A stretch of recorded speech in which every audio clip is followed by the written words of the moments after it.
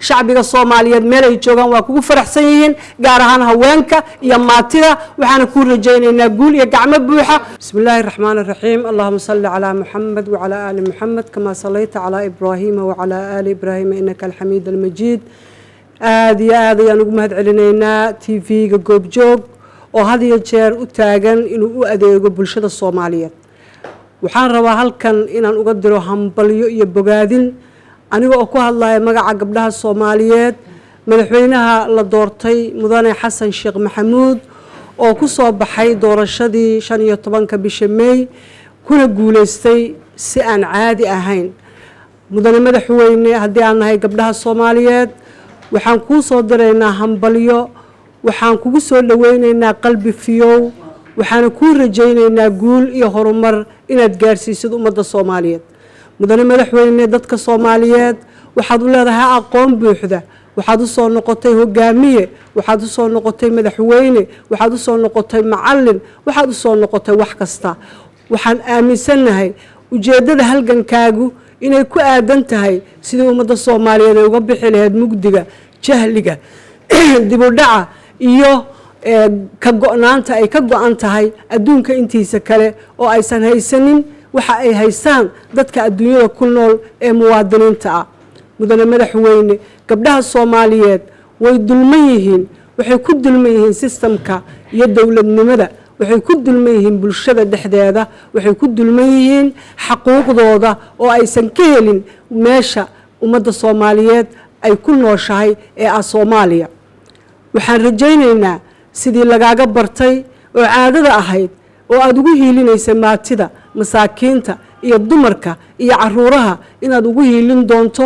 siina doonto xuquuqda gabdhuhu ay ku leeyihiin dalka iyo dawladnimada Soomaaliyeed mudane madaxweyne waa kaaga mahadhaynaa muddadii aad madaxweynaha dalka ka ahayd gabdhaha Soomaaliyeed inaad siisay xubin culus oo adduunka oo dhan ay ka masayreen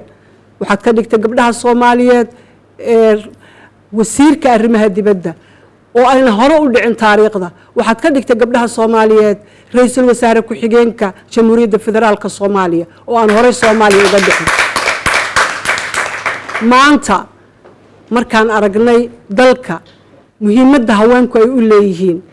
markaan ogaanay xoogga aqoonta kartida iyo dadaalka ku duwan gabdhaha Soomaaliyeed inay daafici karaan dalkooda hogaamin karaan dadkooda ummadda Soomaaliyeedna ay gaarsiin karaan horumar waayo markii ay dhacday dawladnimo la'aanta iyo dagaalada sokeeye dumarka Soomaaliyeed waxay ahaayeen dadka kaliya ee u taagan danta guud ee ummadda Soomaaliyeed dawladda runta ah ee Soomaaliyeed waxay ahayd hooyada Soomaaliyeed xoogeeda iyo dhididkeeda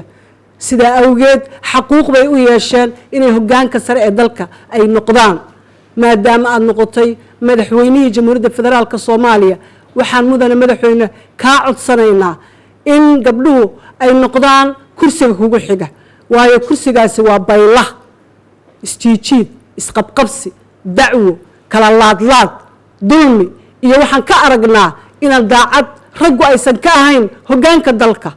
maxaa diidaya marka dadka daacadda ah ee diyaarka u ah inay dalka iyo dadka u shaqeeyaan habeen iyo maalin oo aad dumarka Soomaaliyeed inay noqdaan ra'iisul wasaaraha Jamhuuriyadda Federaalka Soomaaliya haweenku inay u qalmaan aqoonna u leeyihiin qabanna karaan kartina u leeyihiin aad iyo aad ayaad uga dharagsan tahay waad soo tijaabisay macallin aad u soo noqotay aabbaad u soo noqotay madaxweyne aad u soo noqotay waad ogtahay haweenku waa ku aaminsan yihiin waana kugu kalsoon yihiin waxayna dareemeen in ay soo noqotay xaquuqdoodii iyo kaalinta ay dalka ku lahaayeen marka adiga madaxweyne lagu doorto waa ognahay raggu waxay ku gorgortamaan codkooda ku gorgortamaan xoolahooda ku gorgortamaan xoogooda ku gorgortamaan waa u beec wax kasta laakiin annaga beec nooma aha xoogeenna waa tabarucaad xoolaheenna waa tabarucaad aqoonteenna waa tabarucaad dalkuna wuxuu u baahan yahay hooyada dadaalkeeda iyo mas'uuliyaddeeda ayuu u baahan yahay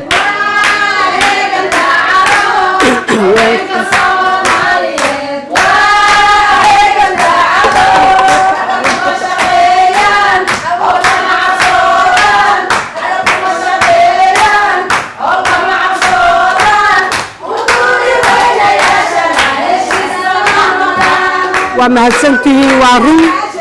waa run gabdhaha Soomaaliyeed dalka ma aha beec ma aha gabdhaha Soomaaliyeed dalka waxay ugu shaqeynayaan hagar la'aan waxaad ogtahay say kula soo shaqeeyeen muddadii aad ka ahayd madaxweynaha dalka waad ogtahay laga bilaabo xaasaskaaga ilaa gabadha suuqa fadhida gabdhaha Soomaaliyeed hiilkooda iyo waxqabadkooda iyo kartidooda inay tahay meesha kaliya ay Soomaaliya ay ka nooshahay waxaad ogtahay badda markii la dhacay ee aad dacwada heegaysay ee ummadda Soomaaliyeed tiri taaka kamida badeeda in aan cadow qaadanaynin waa igu ballan oo aad dacwada horgeysay adduunka mudane madaxweyne waxa ku garab taagnaa oo sirta cadowga soo saarayay oo loo yaro u ahaa oo u doodaya qaranka oo badda daafacay gabdhaha Soomaaliyeed ahaayeen meel kasta ayaga ku garab taagnaa gabdhaha Soomaaliyeed way istaahilaan inay kula fariistaan inay kula shaqeeyaan inay kula matalaan qaranka inay dalka ku noqdaan ra'iisul wasaare marka adigu ka degtana hadii Allah idmo 4 sano ay ku dhamaatana aan noqono madaxweynaha jamhuuriyadda federaalka Soomaaliya hadaan nahay waqti Soomaaliya mudane madaxweyne waa mahadsantihiin mudane madaxweyne waxaa jira shuruuc fara badan oo baarlamaanka shuruucdaasi waa xuquuqda haweenka xuquuqda bini'aadanka xuquuqda haweenka iyo waxa la yiraahdo gender basic balance oo qof waliba uu waajib u leeyahay inuu helo xuquuqda dalka uu ku leeyahay haduu nin yahay iyo haduu naag yahayba mudane madaxweyne dalkan waa la xaqiraa dadka masaakiinta ah waa la xaqiraa dumarka waa la xaqiraa dadka maaragtay danyarta waxa nool oo dalkan ka nool inta xoolaha haysata inta kale way baahan tahay qashinka qaarkood ay baartaan oo ay ka raadiyaan waxay ku noolaadaan annaga Soomaali ah mudane madaxweyne waxaan ka codsanaynaa cadaalad baan ka codsanaynaa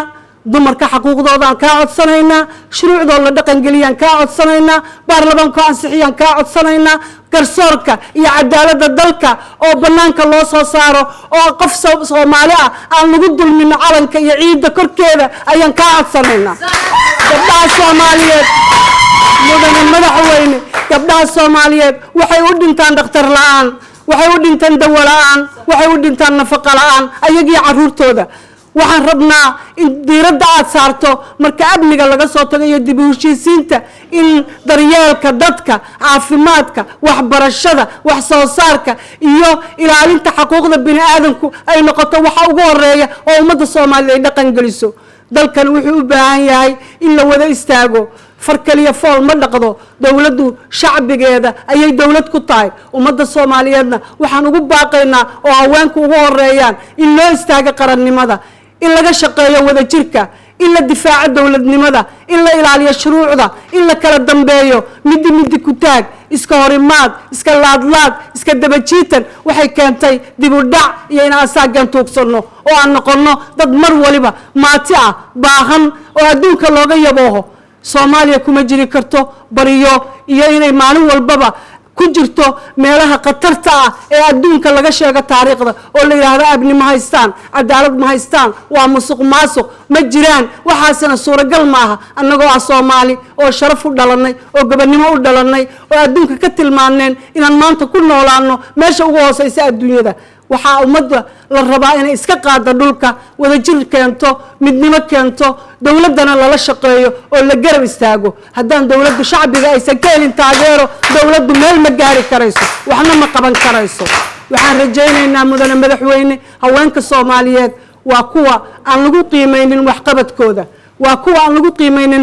halgankooda waa kuwa afka laga sheego oo la yiraahdo gabdhuhu waa fiican yihiin dalka ayaga sabata bixiyay dadka ayaga sabata bixiyay runtu markay timaadana meelaha go'aamada iyo talada laga gaarayo waa loo diiday albaabadana waa laga xirtaa waan ognahay wixii aan soo marnay waxaan soo marnay masiirka dalka oo ay ka talinayaan 7 nin ah oo aan hal gabar ay ku jirin mar rabna taas inay mar damba dhacdo waxaan rabnaa dawlad goboleedyada madax inaan ka noqono waxaan rabnaa inaan ra'iisul wasaaraha dalka noqono waxaan rabnaa inaan maxkamadaha ka qayb galno waxaan rabnaa inaan noqono ciidamada dalacaada iyo generaalada iyo sarreey gaasyada iyo sarreey guutooyinka ee dalka ka jira annagu dalacaad kuma lihin mana helno xaqiiqdeena waxaan u baahanahay inaan yeelano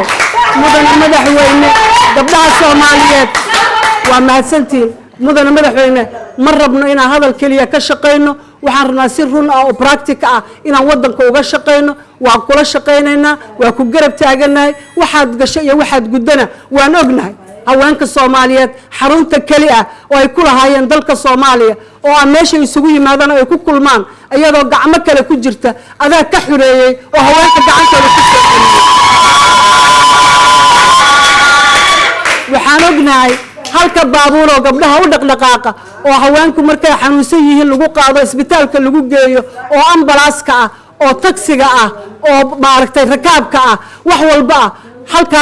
baabuur waxa uu siiyay oo u keenay haweenka Soomaaliyeed waa adiga ka gadaalna cidima soo damoon waxaan ognahay waxaad gashay waxaad guddo waxaan kula garab taaganahay taageero iyo garab istaag in dalkan aan u shaqeyno soo jeednana adaaba marqaati ka umadana waa ogtahay waxaan xaq u leenahayna aday kugu xiran tahay inaad gabdhaha ku dhiirato inaad siiso ragga ha ka baqin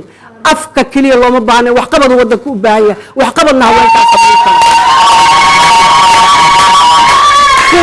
kuwa ku soo doortay ee codka kugula gorgortami doona ama ku dhihi doona annaga shalay garab ku ahayn yaa dhalay horta yaa dhalay yaa soo koriyay yaa dhiigooda iyo dhacaankooda ku bixiyay waa annaga mudan markayna helno xaquuqda koobaad mudan madaxweyne aad iyo aad ayaan kugu mahad celinaynaa shacbiga Soomaaliyeed meel ay joogaan waa kugu faraxsan yihiin gaar ahaan haweenka iyo maatida waxaan ku rajaynaynaa guul iyo gacmo buuxa waxaan ku rajaynaynaa inaad ummadda Soomaaliyeed gaarsiiso meel aan lagula tartami karin kartidooda iyo waxqabadkooda ma ku saaray kaalmeeya noqo barinayo kalama ku saarnay kaalmeeya noqo